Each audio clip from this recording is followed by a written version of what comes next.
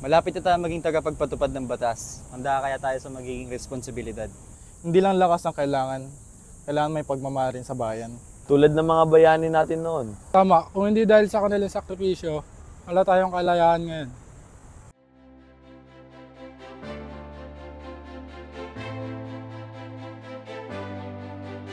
Si Jose Rizal, gumamit ng edukasyon at katotohanan para ipaglaban ang ating bansa.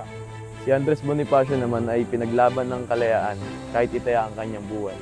Tayo naman ang susunod na maglilingkod sa bayan sa pamamagitan ng batas at katarungan.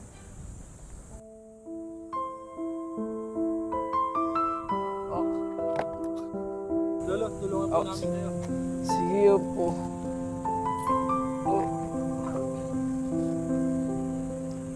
Kami na po sa gamit mo, Tay.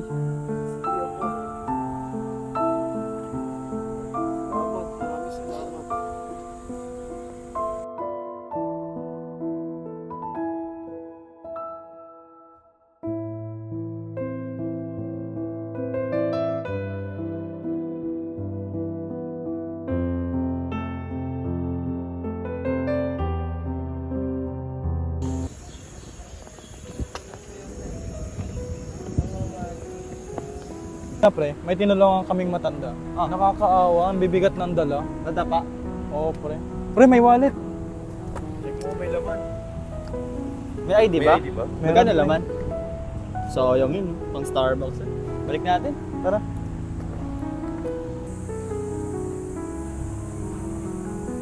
Pre, parang si Miss yan ah. Napulot po namin yung wallet nyo kanina. Sa inyo po ata to. Siya ba talaga yun?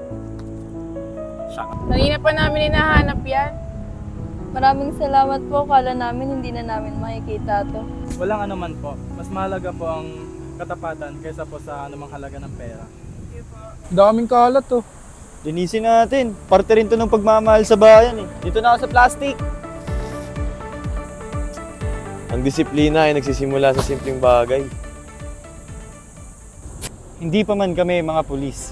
Pero handa na kaming maglingkod sa bayan. Patuloy kami magsisikap at mag-aaral.